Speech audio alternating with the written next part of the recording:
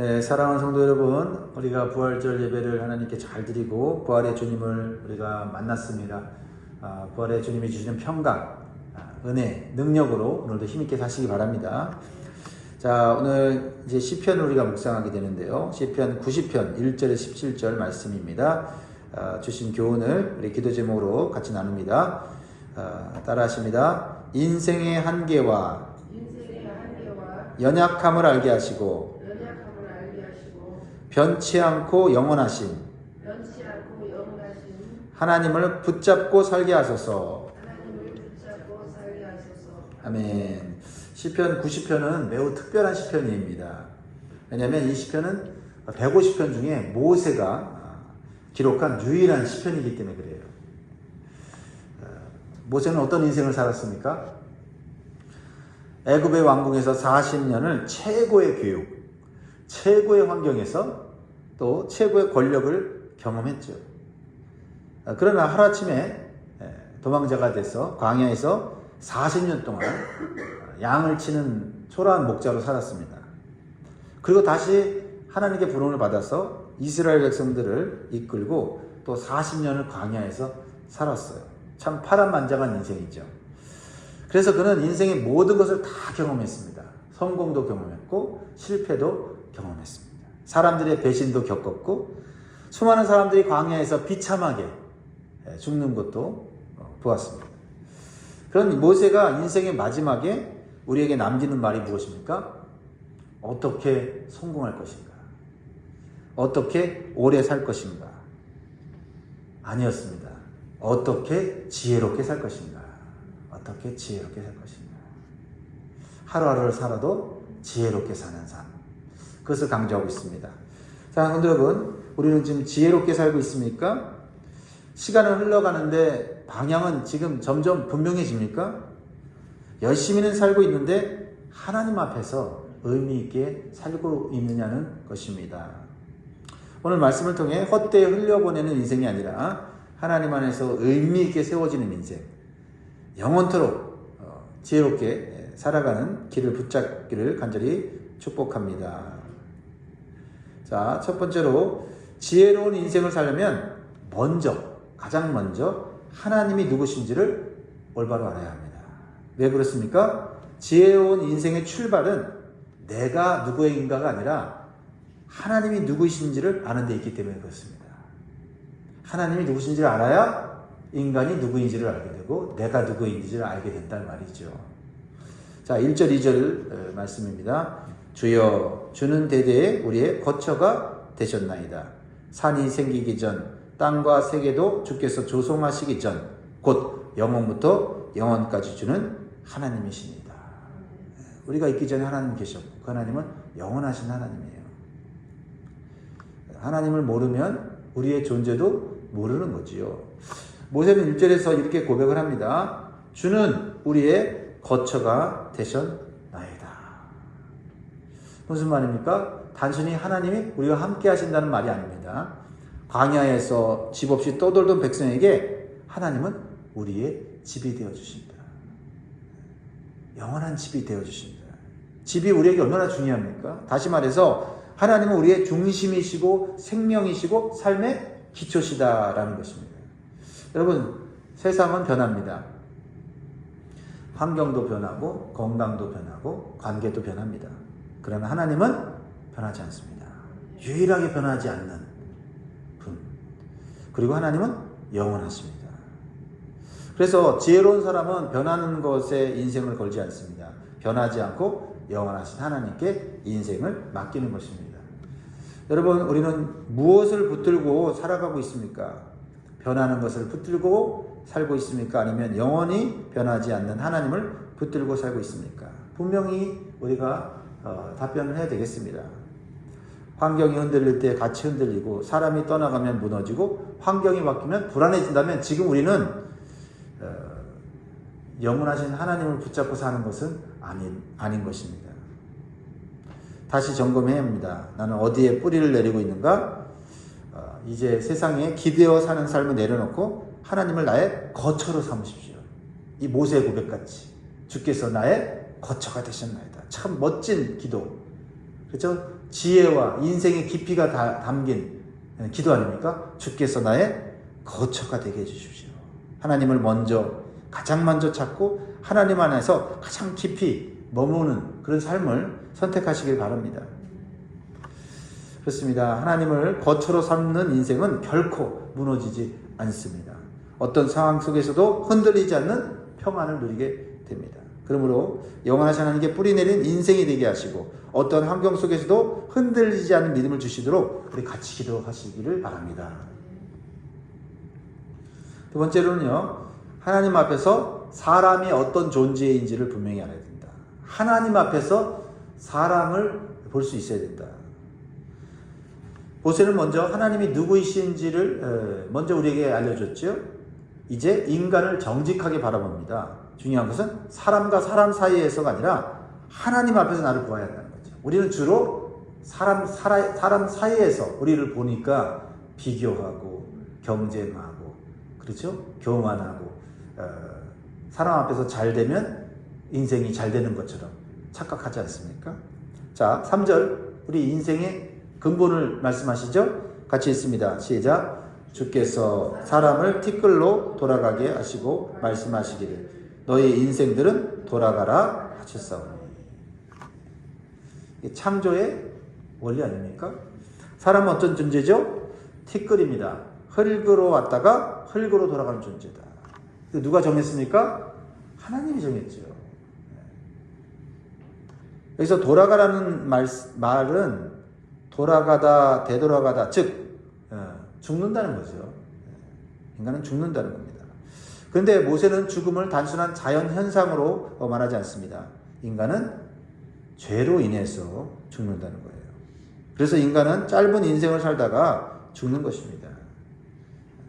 모세만큼 하나님을 잘 아는 사람도 없어요. 그렇죠? 모세만큼 인간 중에서 가장 가까운 교제를 한 사람도 없습니다. 그래서 모세는요, 하나님의 사랑도 잘 알지만 하나님의 거룩함, 즉 하나님의 진노도 잘 알고 계세요. 하나님은 거룩하신 분이기 때문에 하나님 앞에서는 작은 죄도 숨길 수 없다라는 겁니다. 인생이 불행해지고 인생의 삶이 짧아지는 것은 죄 때문이라는 거예요. 뭐 질병이고 사고고 뭐 불행이고 이런 건데 사실 그것도 다 죄로부터 파생되는 것이기 때문에 그렇죠. 그러니까 모세는 굉장히 인생의 깊이를 아는 사람이었어요. 8절을 보면요.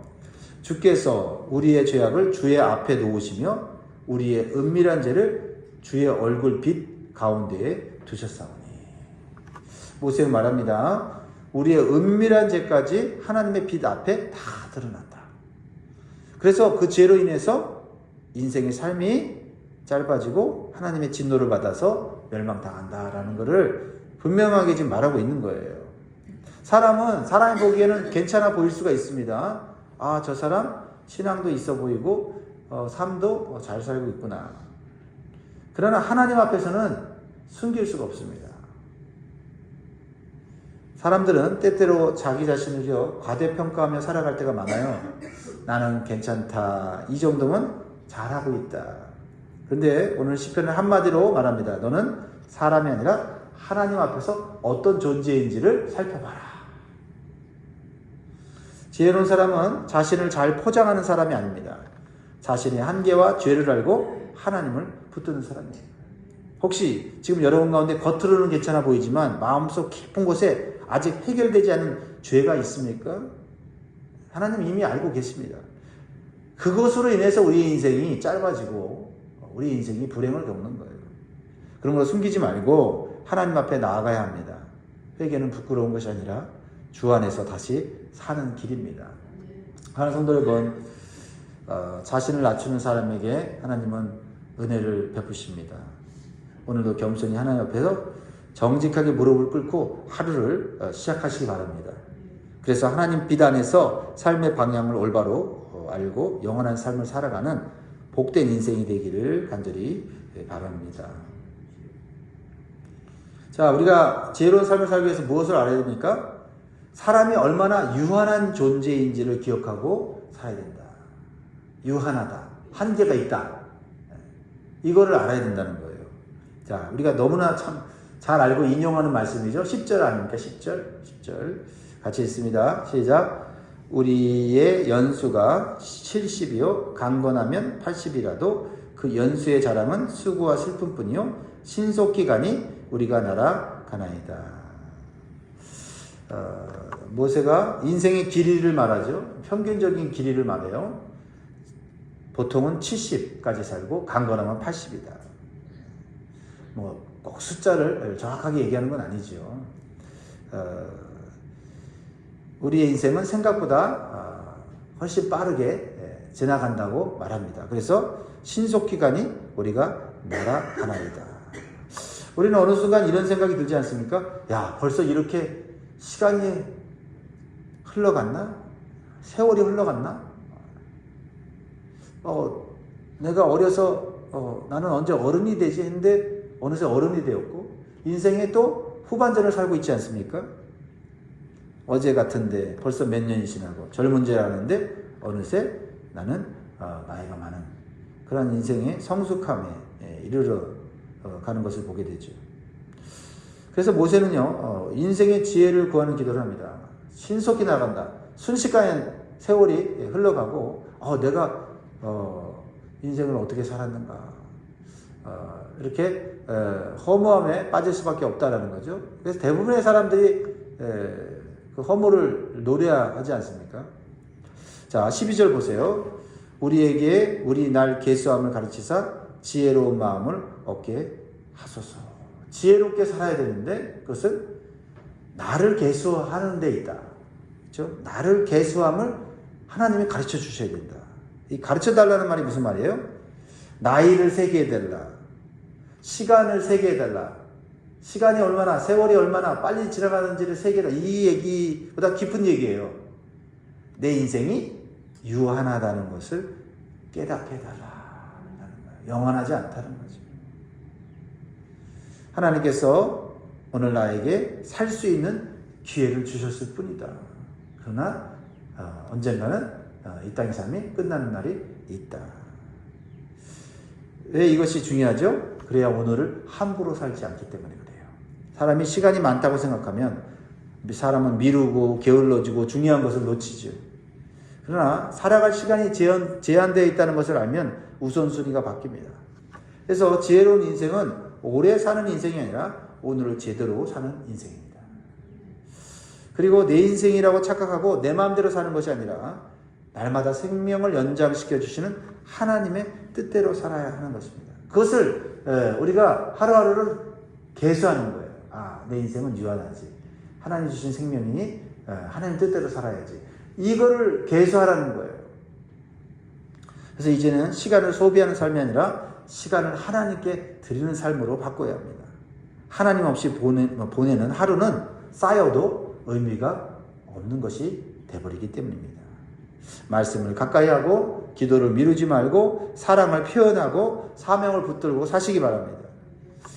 하나님 앞에서 나를 계수하며 사는 지혜로운 인생이 무엇인지를 다시 한번 깨닫기를 바랍니다. 남은 인생을 낭비하지 않게 하시고 하루하루를 하나님 앞에서 의미 있게 살아가도록 우리 같이 기도하면 좋겠습니다.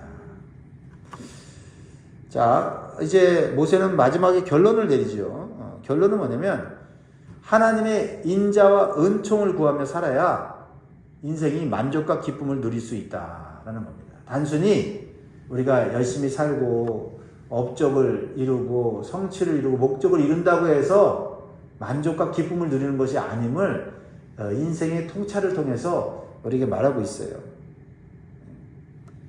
자, 14절 읽어봅니다. 시작.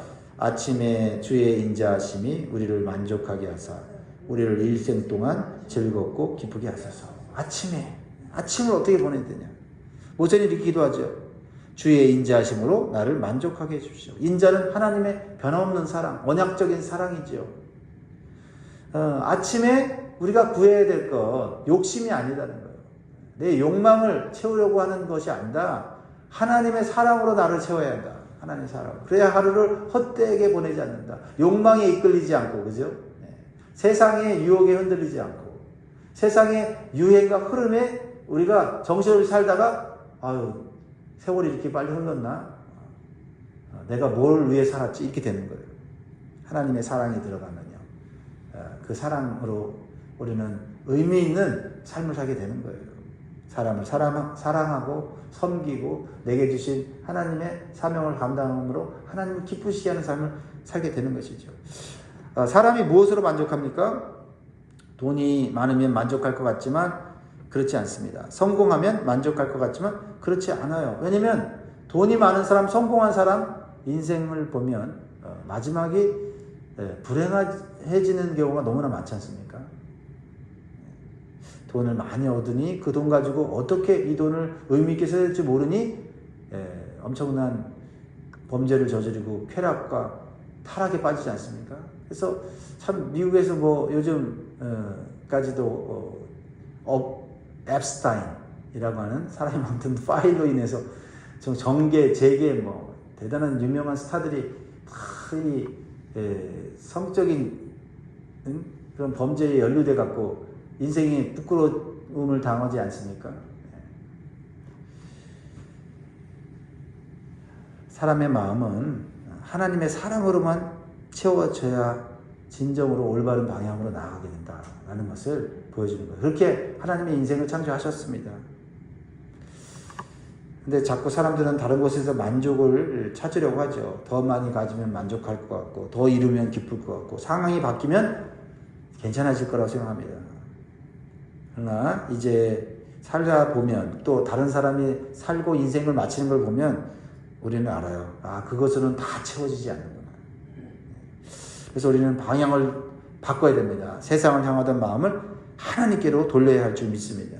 아침마다 하나님의 인자와 사랑을 구하십시오. 하나님, 오늘도 내 안에 하나님의 사랑이 충만하여서 그 사랑으로 판단하고 선택하고 관계를 맺고 살아가게 도와주십시오. 자, 마지막으로 매우 중요한 간구를 하죠. 17절 마지막이죠. 시작. 주 우리 하나님의 은총을 우리에게 내리게 하사 우리의 손이 행한 일을 우리에게 견고하게 하소서. 우리의 손이 행한 일을 견고하게 하소서. 두 번이나 기도하죠. 우리의 손이 행한 일을 견고하게 되라. 이 말은 내가 아무리 애쓰고 힘써도 하나님의 은총이 임하지 않으면 결과가, 열매가 맺혀지지 않는다라는 거죠. 사랑하는 성도 여러분, 내 손으로 내 힘으로 이룬 것은요 또 오래가지도 않습니다. 그러나 하나님의 은총이 내려서 이루어진 일은 무너지지 않고 영원한 하나님의 축복 가운데로 들어가는 줄 믿으시기 바랍니다. 무엇보다도 16절의 말씀, 하나님은 영원하시고 우리는 우리의 인생은 짧지 않습니까? 근데 하나님은 영원하시기에 우리의 자녀들을 하나님의 은혜로, 하나님의 축복으로 이끌어 주신다는 말씀 아닙니까? 그러니까 하나님은 영원하시고 우리의 인생은 짧다. 그래서 인생이 짧은 우리는 영원하신 하나님을 붙잡고 살아야 된다. 이게 한마디로 오늘 우리에게 주시는 시편의 인생의 지혜인 것입니다. 영원하신 하나님을 붙들고 하루하루를 살아가며 후회 없는 인생으로 하나님 앞에 서게 되시기를 주의 이름으로 축원드립니다. 기도하겠습니다. 사랑과 은혜가 풍성하신 하나님 아버지, 오늘도 말씀을 통해 우리의 인생이 얼마나 짧은지, 그리고 얼마나 쉽게 헛되이 흘러가는지를 깨닫게 하시니 감사합니다. 주님, 우리는 그동안 시간이 많은 것처럼 살아왔고 중요하지 않은 것에 마음을 빼앗기며 살아왔음을 고백합니다. 이제 우리의 눈을 열어주셔서 영원하신 하나님, 변치 않는 하나님을 바로 알게 하시고 우리 자신을 정직하게 보게 하여 주시옵소서. 그래서 우리의 날을 계수할 줄 아는 지혜를 주셔서 하루하루를 헛되이 보내지 않고 하나님을 기쁘시게 하며 하나님 주신 사명을 잘 감당케 하여 주시옵소서. 아침마다 주의 인자와 사랑으로 채워 주시옵시고 우리의 마음이 세상이 아니라 하나님으로 만족하는 법을 배우게 하여 주옵소서. 우리가 하는 모든 일, 손으로 하는 일, 우리가 또 섬기는 모든 일에 주의 은총을 더하셔서 헛되지 않는 인생, 열매 맺는 인생이 되게 하옵소서. 하나님, 우리는 죽어도 우리 자녀들을 지키시고 보호할 수 있는 하나님을 의지합니다. 우리 자녀들의 인생을 하나님 함께 하시고 보호하시고 진리로 인도하여 주시옵소서. 주님 앞에 마지막 날 서게 될 때 주님 앞에 칭찬받는 자로 설 수 있도록 오늘 하루도 주님 안에서 시작하고 주님 주신 말씀과 또 주님이 주신 교훈으로 승리케 하여 주시옵소서. 감사드리며 예수님의 이름으로 간절히 기도합나이다. 아멘. 하늘에 계신 우리 아버지여, 이름이 거룩히 여김을 받으시오며 나라에 임하옵시며 뜻이 하늘에서 이룬 것 같이 땅에서도 이루어지이다. 오늘날 우리에게 일용할 양식을 주옵시고 우리가 우리에게 죄 지은 자를 사해 준 것 같이 우리의 죄를 사해 주옵시고 우리를 시험에 들게 하지 마옵시고 다만 악에서 구하옵소서. 대개 나라와 권세와 영광의 아버지께 영원히 있사옵나이다. 아멘.